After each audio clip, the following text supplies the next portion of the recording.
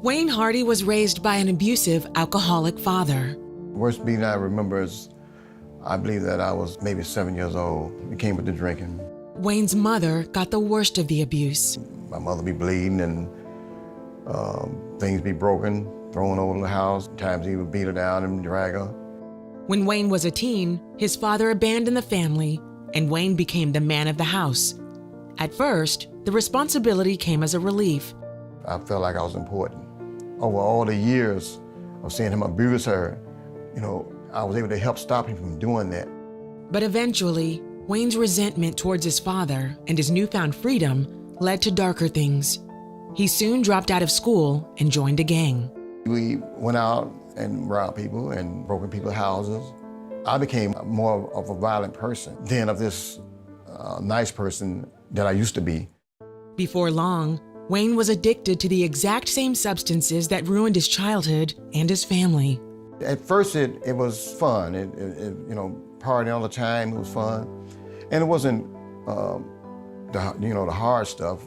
It got to the point where it wasn't strong enough for me. So we went to the hard stuff, drinking alcohol, whiskey.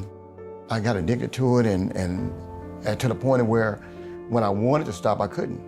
I'm drinking to feel better, but end up feeling miserable.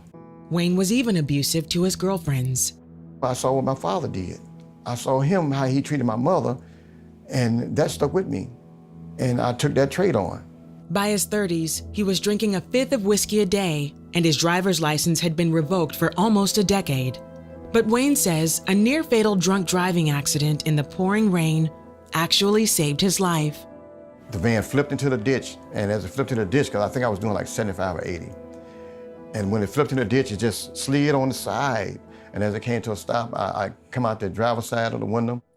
Wayne was able to escape the accident unharmed, and eyewitnesses called the police for help. And then I saw the state police come. I know I'm gonna be doing some time. My mind made up that I'm gonna be doing some time. And even as the police officer asked me to step over to his vehicle, I just put my hands behind my back. He had to wrote me out like at least about 7 or 8 tickets.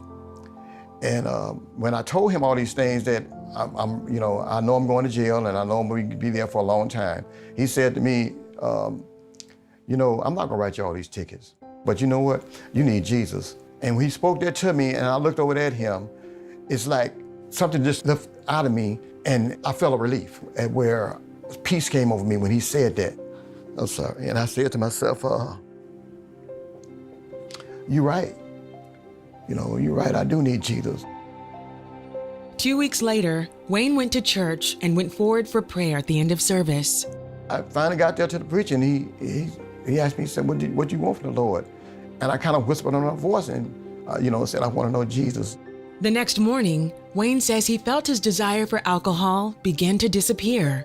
And the Lord spoke to me and told me, he said, every time you want this drink, I want you to read my word. I went to the Bible 16, 17 times. Every time I wanted that drink. After 3 days of doing what God told me to do, I didn't have that desire no more for the alcohol. It was gone. 25 years of being an alcoholic, I did not have the desire to drink no more.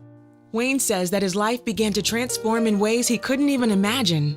He says it was not only a fresh start for him, but for his entire family.